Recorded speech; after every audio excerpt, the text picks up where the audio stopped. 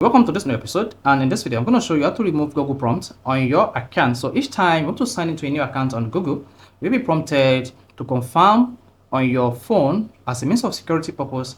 But if your phone is lost and you couldn't have access to this device again, you no longer be able to access your Gmail or Google account on your device, except you have the 6 passcode saved on somewhere else. So to disable Google prompt on any phone on your device, all you need to do is go to your Android phone settings.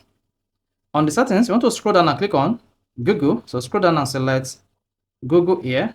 Then once you selected Google, wait for this page to load. If you have multiple Google accounts added on your Android phone, select the account you want to use and click on Manage Account. Once you click on Manage Your Account, just swipe here and then click on Security on the navigation. Then you want to scroll down and here click on Google Prompt. Once you selected Google Prompt, you'll be prompted to sign into your Google account either using passkey or your PIN. In this case, I've confirmed this one. So you can see your Google prompt devices. Then I have these Oppo devices, which I've used for about 1000 days, and this device is no longer available for me. I have this device damaged, and each time I sign into my Google account, Google still prompts me to confirm my prompt on my Oppo Reno 5. Then click on Manage Device. Once you hit Manage Device, you see a new tab opens. Then I just need to remove this particular device on my Google prompt account, and the device is Oppo Reno 5. Just click on this Oppo, and here you see